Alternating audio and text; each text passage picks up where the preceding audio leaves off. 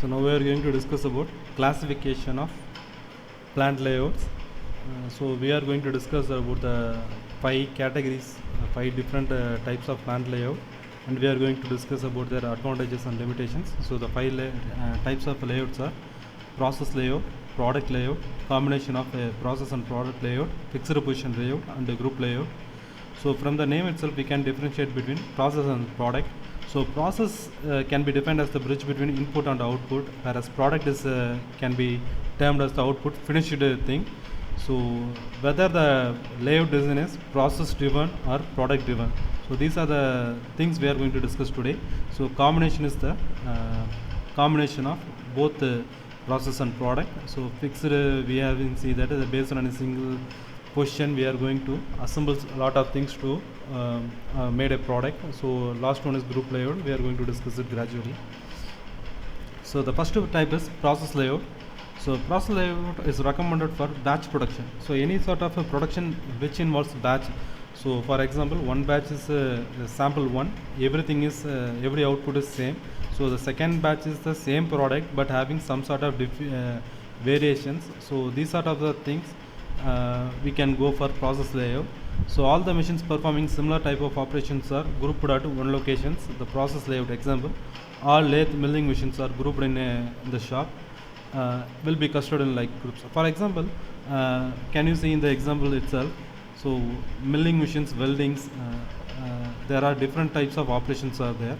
So based on the process, so milling machines and lathe majorly do the material removal operation, grinding, building, inspection. These are categorized. For example, assembly, shipping, receiving, painting. These are on a similar track.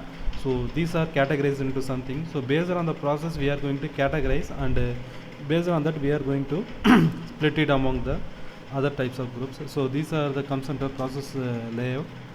So the main advantages of process layout are machines are better utilizer and fewer machines are required. This is because since the process is well defined, fewer machines are required. For example, our process is to remove the material. So what we majorly need is a machine which is capable of removing the material. So we don't want n number of materials on a single section, so which can be further used on another section. So that will give an flexibility. So the second one is flexibility of equipment and personnel is possible in the process layout. Third one is lower investment on account of comparatively less number of machines and a lower cost of general purpose machines. So fourth one is higher utilization of production facilities, high degree of flexibilities with regards to work distribution to machineries and workers. The diversity of tasks and the variety of job makes the job challenging and interesting. So last one is supervisors will become highly knowledgeable about the functions, because process, based on the process we are splitting the entire process. So the concerned supervisors will become highly knowledgeable on the individual process. So these are the major advantages of process layout. So the next one is limitations. We cannot be able to backtrack, and long movements may occur in handling of material, thus reducing the material handling efficiency. So from one place to a material is moving from one place to another, has been split into lot of sections. So it will reduce the material handling efficiency. Material cannot be mechanized, which adds cost. So an individual people has to do the material handling thing. So it cannot be completely autonomous. So people involved in the workstation should be able to lift or able to make the material move from one place to another. So this is an time and cost consuming process. So the third one is process time is prolonged, which reduce the inventory turnover and increase the in-process inventory. So in this the productivity is very low compared to the other process. So throughout the time gap between in and out on the process is longer. So the last point is space and capital are tied up by work in process. These are the major limitations of process layout. So the next one we are going to discuss today is product layout. So in the previous things we are splitting the sections. We are splitting based on the process into numerous sections. But in the product layout, so the end point is the completed product. So what are the process are sequentially arranged. For example, in the previous case, for example, lathe machine, milling machine is divided into in a singular section because they are doing this similar sort of process. But in this, what are the sequence of operation? Based on the sequence of operation, in layout is made actually. So in the example, you can clearly see that first one is turning, then it is going for milling, drilling, assembly, inspection, package distribution. So a horizontal line is drawn. Based on the horizontal line, all the sequence of operation is done. So there is an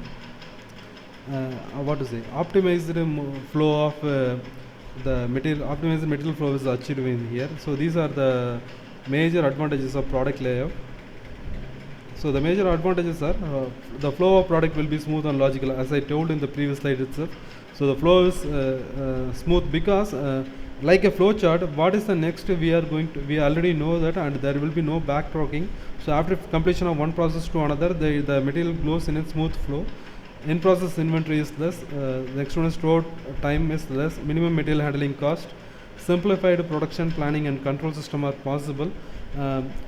During material handling devices, in previous case process layout, there is some sort of confusion happens between doing in material handling device, but in product layout there will be no such things. Space is occupied by work transit and for temporary storages, reduced material handling cost due to mechanized handling systems and straight flow. Small amount of workers in process inventory, unskilled workers can learn and manage this production. See, the last point is important one. Any unskilled workers can learn and manage the production process. An entire process is based on the sequence of operation.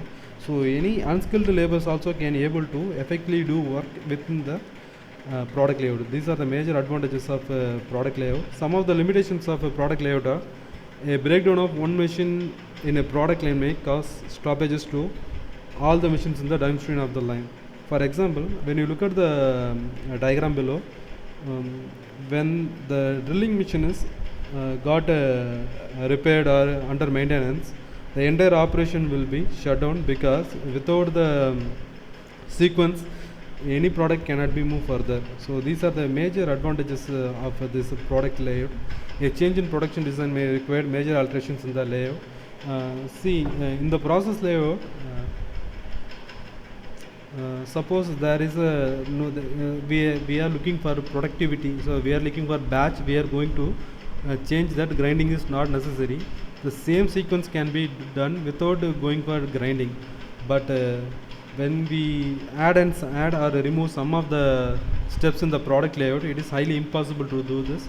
So these are the major limitations of our product layout. So it lacks flexibility. A change in product may require the facility modification. These are the things we already discussed here.